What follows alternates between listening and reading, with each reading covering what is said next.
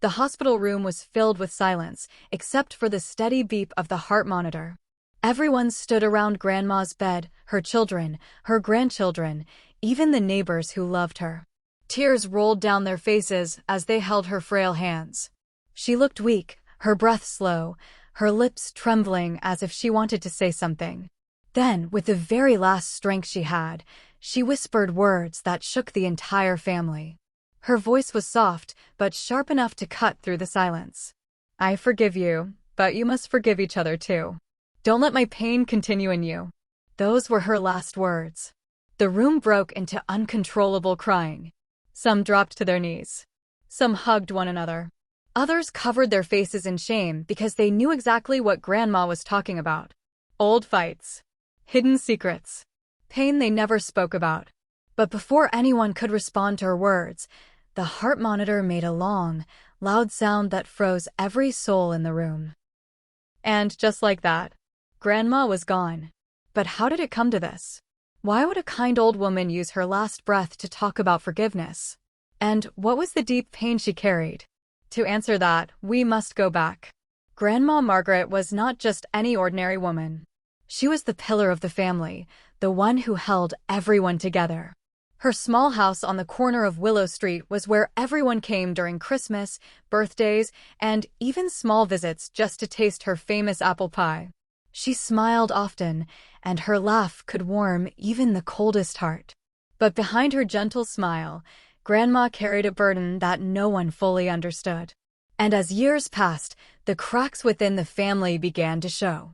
It all started the day her husband, Grandpa William, passed away. The funeral was heavy, but instead of uniting the family, it planted seeds of bitterness. The children Susan, James, and Peter began to argue over who deserved what. There were whispers about money, land, and who had taken better care of Grandpa before his death. Grandma begged them to stop, but no one listened. She would sit quietly in her rocking chair, watching her children fight, and tears would roll down her cheeks when they thought she wasn't looking. She wanted peace, but peace seemed far away. At family dinners, silence filled the room. No laughter, no joy. Just fake smiles and sharp words hidden behind small talk. Even the grandchildren felt the tension. One day, Margaret invited them all over. She sat them down and told them, "My children, we are family. We must love each other, or else this home will become a house of strangers." But her words fell on deaf ears. Then, something unexpected happened. Susan, the eldest daughter, discovered an old letter hidden in Grandma's Bible. The letter was from Grandpa William before he died. It revealed something shocking about the family's past, something that could explain all the pain. Susan froze as she read the words, her hands shaking. She looked around at her siblings, but said nothing. Instead, she slipped the letter back inside the Bible, pretending she had never seen it. That secret would later explode, and when it did, it would tear the family apart even more. But before the truth came out, Grandma began to fall sick. At first, it was just weakness and tiredness. Then, her body started to fail her. The doctors tried their best, but they told the family the truth, her time was short. Instead of pulling the family together, the sickness only made the old wounds worse. Arguments broke out in the hospital waiting room. Voices were raised. Hurtful words were exchanged. Grandma, lying weak in her bed, could hear every word. And it broke her heart. Until one night, she suddenly called her grandchildren to her side. She wanted to tell them something. She wanted to confess something no one knew before. And just as she opened her mouth to speak, the room was dim, only the soft light of the lamp glowing beside Grandma's bed. Her grandchildren leaned in, their small hands clutching hers, their eyes wide with worry. Grandma Margaret's voice trembled as she whispered, "My darlings, there's something I must tell you before it's too late." The children looked at one another, unsure of what to expect. Their parents, Susan, James, and Peter, shifted uncomfortably, sensing that whatever she was about to say would cut deep.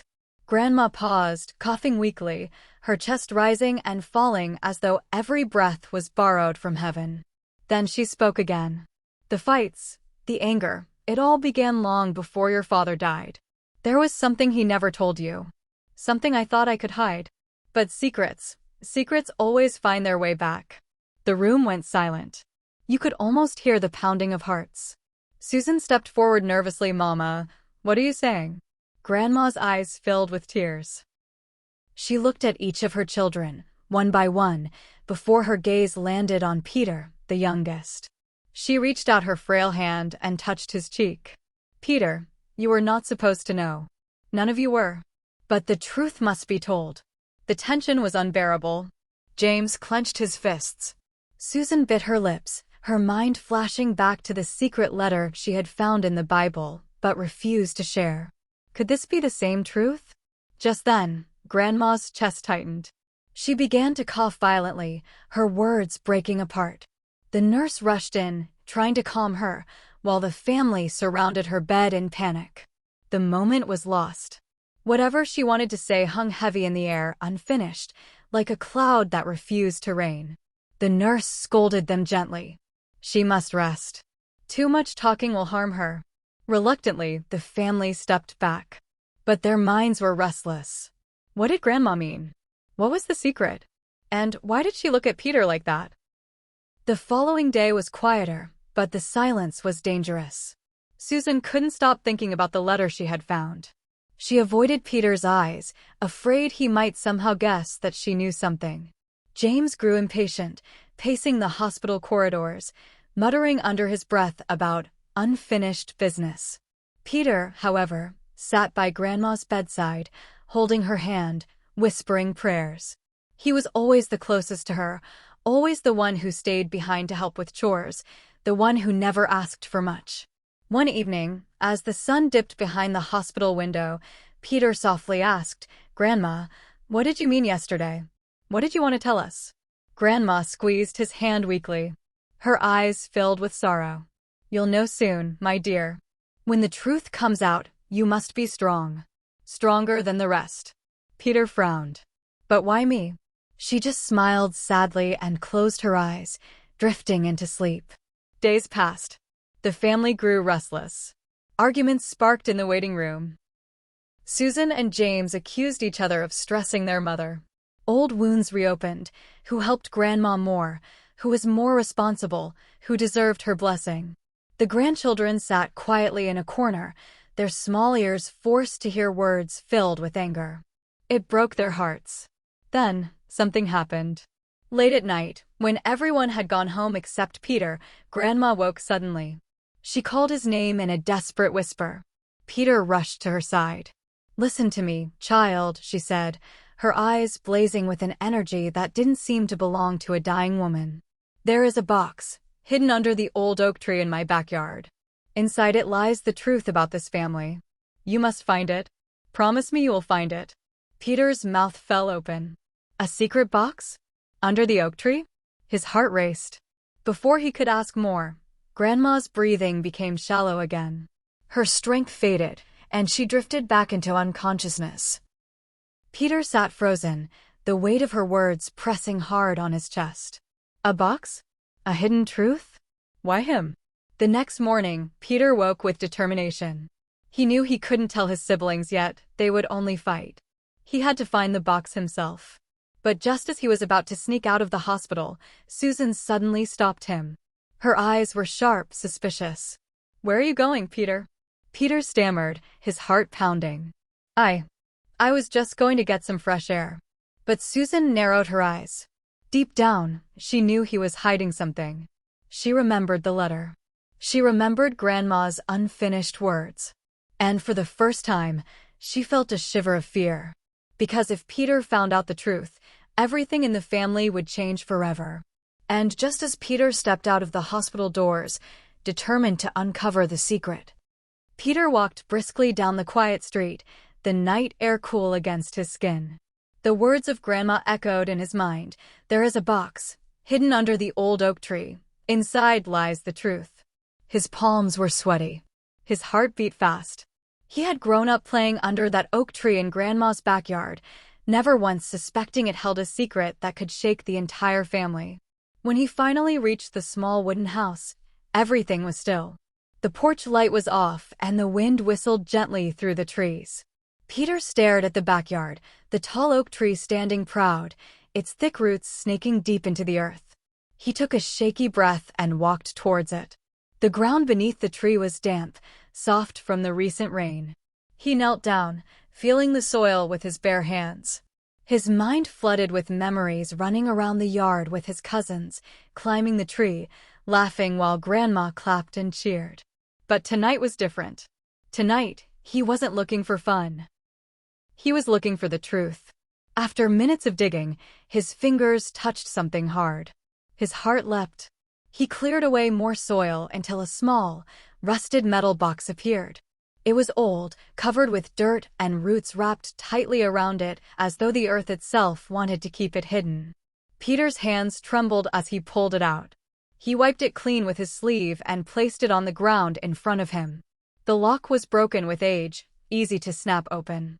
The box creaked as it opened, and inside lay a bundle of letters tied with a faded red ribbon, along with a few photographs. Peter's breath caught. His fingers shook as he lifted the first photograph.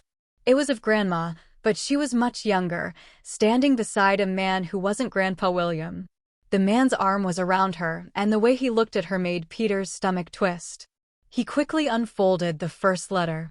The handwriting was Grandpa's, firm and strong. But the words made Peter's blood run cold. "Margaret, I forgave you long ago. The boy will never know the truth as long as I live. Promise me you will protect him. He must believe I am his father, for the family's sake." Peter's eyes widened. His lips trembled. The boy? Protect him? What does this mean? His heart raced as realization began to creep into his mind like a shadow. Was Grandma's secret about him? Was he not really Grandpa William's son?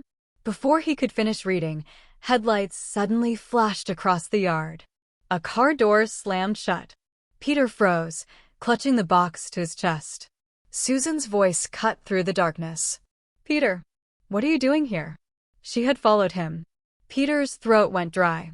He tried to hide the box behind him, but Susan's sharp eyes caught it immediately. Her face turned pale, her lips quivering as she recognized the old rusted metal box. "Give it to me," she whispered, her voice shaking. "Peter, give me the box now." Peter shook his head. "No, Susan. I have to know the truth." Susan stepped closer, desperation in her eyes. "You don't understand. If you open that box, everything will fall apart." Peter gripped the box tighter, his heart hammering. "Then tell me, Susan. What do you know?" "Because Grandma wanted me to find it." Susan's eyes filled with tears. She looked at him, then at the box, then back at him again. And in that moment, Peter realized Susan already knew the truth. But before she could speak, the sound of another car pulling into the driveway shattered the silence. James had arrived. He stormed into the yard, his voice loud and angry. "What is going on here? What are you two hiding from me?" Peter's hands shook as James's furious eyes landed on the box. And in that tense moment, Peter realized there was no turning back. The secret was out of the ground, and soon it would explode into the open air. The night air grew heavy as the three siblings stood beneath the oak tree. The rusted box trembled in Peter's hands, as if it too knew the storm about to be unleashed. James's eyes blazed with fury. He stepped forward, pointing at the box. "What's that? What are you hiding from me?" Peter tightened his grip, his voice shaking. "It's Grandma's secret. She told me to find it." James scoffed, his voice dripping with disbelief. "Grandma? She's sick and weak. And you're nothing but her favorite. You think you have the right to sneak around and dig up secrets behind our backs." Susan raised her hands, her face pale. "James, stop. Please. This is not the time." But James ignored her. His hand shot out, trying to snatch the box from Peter. Peter stumbled back, clutching it tightly to his chest. "Don't," Peter shouted, his voice cracking. "This is mine to know. Grandma wanted me to find it, me, not you." Those words pierced through the air like a blade. Silence fell for a second. James stared at Peter, his face twisting with suspicion. "Why you, Peter? Why would she trust you with something like that? Unless..." He stopped mid-sentence, his jaw tightening as a dark thought crossed his mind. Susan stepped forward quickly, her voice trembling. "James, please, let's not do this here. Not now." But it was too late. Peter's trembling hands moved, and he pulled out one of the letters from the box. His eyes scanned the words, his heart sinking deeper with every line. Grandpa's handwriting filled the page. "Though the boy is not my own flesh and blood, I loved him as if he were. Margaret, promise me you will never tell him. The truth would destroy him. Let him believe I am his father, for he deserves to grow without shame." Peter's world shattered. The letter slipped from his hand and floated to the ground. His knees grew weak, his chest tight, as if the air itself refused to enter his lungs. "Not his son," he whispered, his voice breaking. He turned to Susan, his eyes wide with disbelief. "Is this what you've been hiding? Is this why you didn't want me to see the box?" Susan's face crumbled. Tears welled up in her eyes as she shook her head slowly. "I didn't want you to find out like this, Peter. I thought I could protect you. I found the letter weeks ago, but I couldn't bring myself to tell you." James's jaw dropped. His anger shifted to shock. "Wait, what are you saying? Peter. Peter's not Dad's son." The words sliced through Peter's heart like glass. His hands shook violently, his mind spinning. He stared at the ground, struggling to hold back tears. His entire life, his entire identity, was suddenly a question mark. Susan reached for him. "Peter, listen to me. No matter what the letter says, you're still our brother. You're still family." But Peter stepped back, his face pale, his eyes filled with hurt. "No, I don't even know who I am anymore." The silence was suffocating. The oak tree loomed above them, its branches swaying gently as though it too was mourning. James finally spoke, his voice cold. "So all this time, we were lied to. Dad knew. Mom knew. Even you, Susan. And you all kept it from me? From us?" Susan broke down, covering her face. "I only found out recently. I didn't know how to say it. I was scared." James's fists clenched. "Scared? Do you realize what this means for our family? Do you realize what this will do?" Peter stood frozen, staring at the letters scattered across the grass. His chest heaved with pain, his eyes red with tears. But just as the weight of the secret hung over them, headlights suddenly lit up the yard again. Another car pulled into the driveway. It was the hospital nurse. She rushed out of the car, her face frantic. "Come quickly. It's your mother, it's Grandma. She's taken a turn for the worse. The doctors don't think she'll make it through the night." The three of them froze. The box lay open on the ground, the letters half revealed, but none of that mattered now. Grandma was dying. Without another word, they dropped everything and ran toward the car, their hearts pounding, fear gripping them like chains. The truth had broken open, but they still hadn't heard Grandma's side of the story. And time was running out. The hospital room was filled with the smell of disinfectant and the steady hum of machines. Grandma Margaret lay on the bed, her frail body sinking into the white sheets. Her breathing was shallow, every inhale sounding like a struggle, every exhale weaker than the last. Susan, James, and Peter burst into the room, their faces flushed from running, their eyes swollen from the tears they hadn't finished shedding. The grandchildren huddled near the corner, their small faces pale with fear. The doctor shook his head quietly and stepped aside. "She doesn't have much time. Say what you need to say." The family gathered around her bed. Grandma's eyes fluttered open, weak but filled with the same warmth they had always known. She looked at her children, then at her grandchildren, and a faint smile crossed her lips. Peter fell to his knees beside her, clutching her hand. His voice cracked. "Grandma, I know the truth. Please tell me. Tell me who I really am." A silence settled over the room. Everyone held their breath, waiting. Grandma's lips trembled as tears slid down her cheeks. "Oh, Peter, my sweet boy. I wanted to protect you from pain. You are my son in every way that matters, but yes, you are not Williams by blood." Peter's face crumpled, his tears spilling freely. "Then who am I? Who is my father?" Grandma squeezed his hand with surprising strength, her voice breaking. "A man I once loved before William. It was a mistake of timing, not of love. William knew, and he forgave me. He raised you as his own because his heart was bigger than his pride. That is the kind of man he was. That is the kind of family I wanted us to be, full of love, not shame. James's face hardened, his jaw tight. But why, Mama? Why keep it from us? Why let us live with lies? Grandma turned to him, her eyes soft but sharp with wisdom. Because truth, my son, is not just about facts. It is about love. William and I chose love over shame. We chose to protect, not to destroy.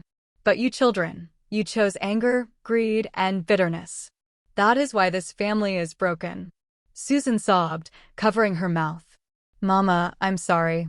I found the letter, but I was too afraid.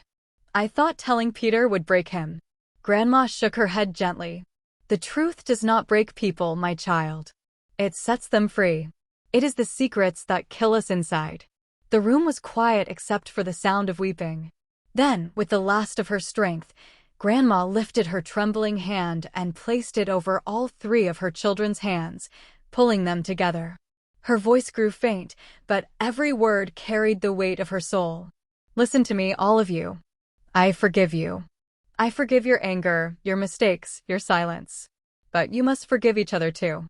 Promise me, no more fights, no more secrets. Love each other. That is my last wish. Tears fell like rain. Susan pressed her forehead against her mother's hand. James turned away, wiping his face, ashamed of the hardness he had carried. Peter cried openly, his heart breaking, but strangely lighter now that the truth was spoken.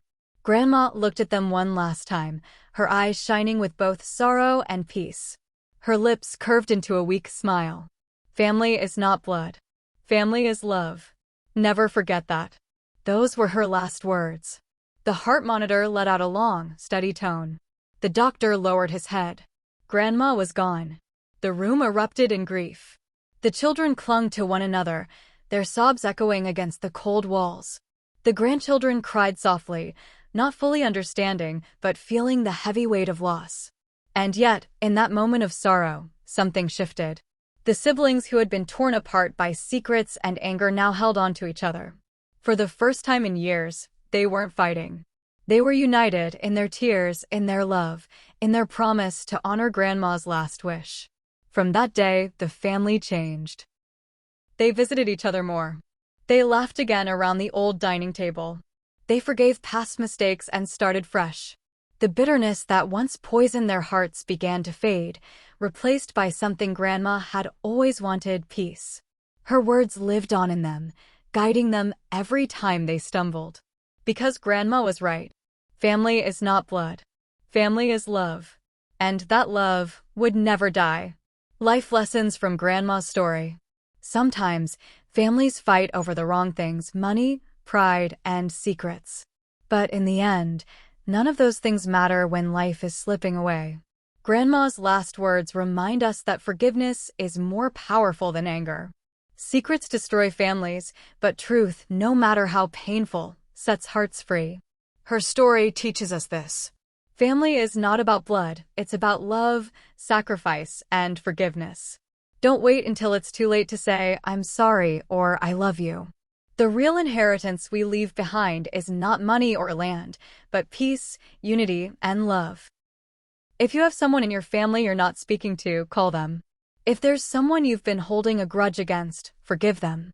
Life is too short to let bitterness steal the little time we are given.